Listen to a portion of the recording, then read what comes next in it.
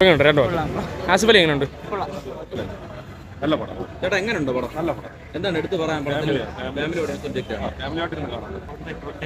എന്താണ് പടത്തിൽ എടുത്തു വെക്കുന്നത്? നമ്മുടെ ട്രെയിലർ സാധാ ഒരു പടമാണ്. നല്ലതായിരുന്നു, നല്ല മൂവിയാ, ഫാമിലി മൂവിയാ. ആസിഫ് അലിയൊക്കെ എങ്ങനെയുണ്ടായിരുന്നു? ആസിഫ് അലി നന്നായിട്ട് ചെയ്തു. ഓക്കെ, ഒരു ഫാമിലി പടമാണോ? Family movie. ചേട്ടാ എങ്ങനെയുണ്ട്?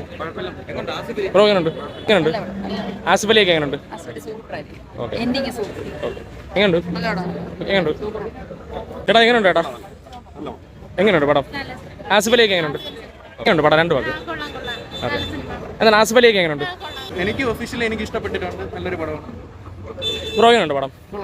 നൈസ് പടമാണ്. എന്താണ് ഇഷ്ടപ്പെടുന്നതാണ് പടത്തിൽ? ആസിഫ് അലിയുടെ ആക്ടിംഗ് ആണ്. ഓക്കെ, പിന്നെ സ്ക്രിപ്റ്റും കൊള്ളാം. നല്ലൊരു ഇമോഷണലി ടച്ചിങ് ആണ് പടം. എങ്ങനെയുണ്ട് ആസിഫ് അലിയുടെ ആ കുട്ടിയും തമ്മിലുള്ള ബോണ്ടിങ് ഒക്കെ എങ്ങനെയുണ്ട്? നല്ലൊരു ബോണ്ടിങ് ആണ്. നല്ലൊരു സ്ക്രിപ്റ്റ് ആണ്.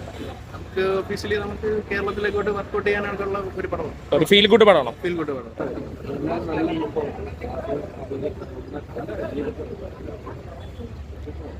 എങ്ങനെയുണ്ട് ചേട്ടാ പടം?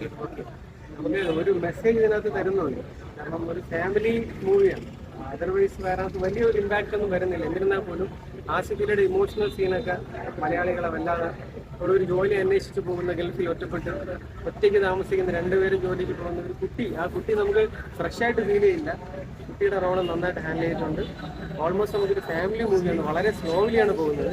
ഒരുപാട് എക്സ്പെക്ടേഷൻസോടെ നമ്മൾ വന്നില്ലെങ്കിലും ഫാമിലി ബാക്ക്ഗ്രൗണ്ടിൽ നമുക്ക് നല്ല രീതിയിൽ ഫീൽ ചെയ്യുന്നുണ്ട്. ആസിഫിൻ്റെ ഇമോഷണൽ സീൻ എടുത്തു പറയുകയാണ്. Thank you so much. അദ്ദേഹത്തിൻ്റെ ആ കണ്ണ് നിറയുമ്പോൾ ഒരു പക്ഷേ നമ്മുടെയൊക്കെ 2-3 സീന് ജോലി അന്വേഷിച്ച് പോയി പെട്ടുപോകുന്ന, ഗൾഫിൽ പെട്ടുപോകുന്നവരുടെ 2-3 ഇമോഷണൽ സീനൊക്കെ വളരെ നന്നായിട്ട് എടുത്തിട്ടുണ്ട്.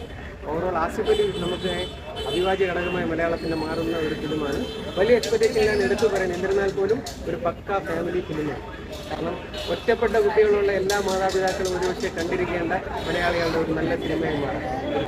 നമുക്ക് അത്രത്തോളം എക്സ്പെക്ടേഷൻ ഉണ്ട്. എന്നിരുന്നാൽ പോലും ആർക്കും ബാഡായിട്ട് നമുക്ക് ഇതിനകത്ത് പറയാനൊന്നുമില്ല.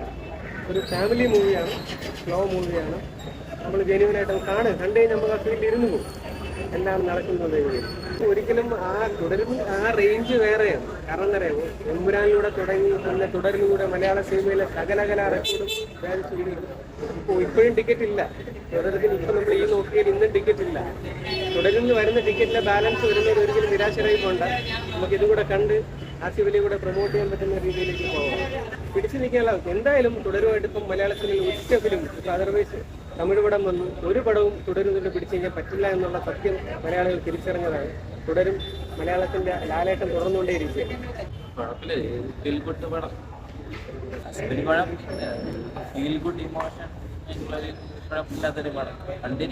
എങ്ങനെയുണ്ട് ആ കുട്ടിയും ആസിഫ് അലിയും തമ്മിലുള്ള ബോണ്ടൊക്കെ?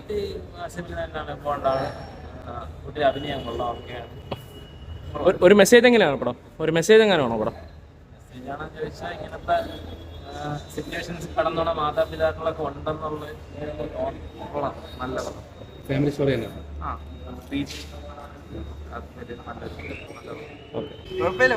അല്ല എങ്ങനെയുണ്ട് ആസിഫ് അലി?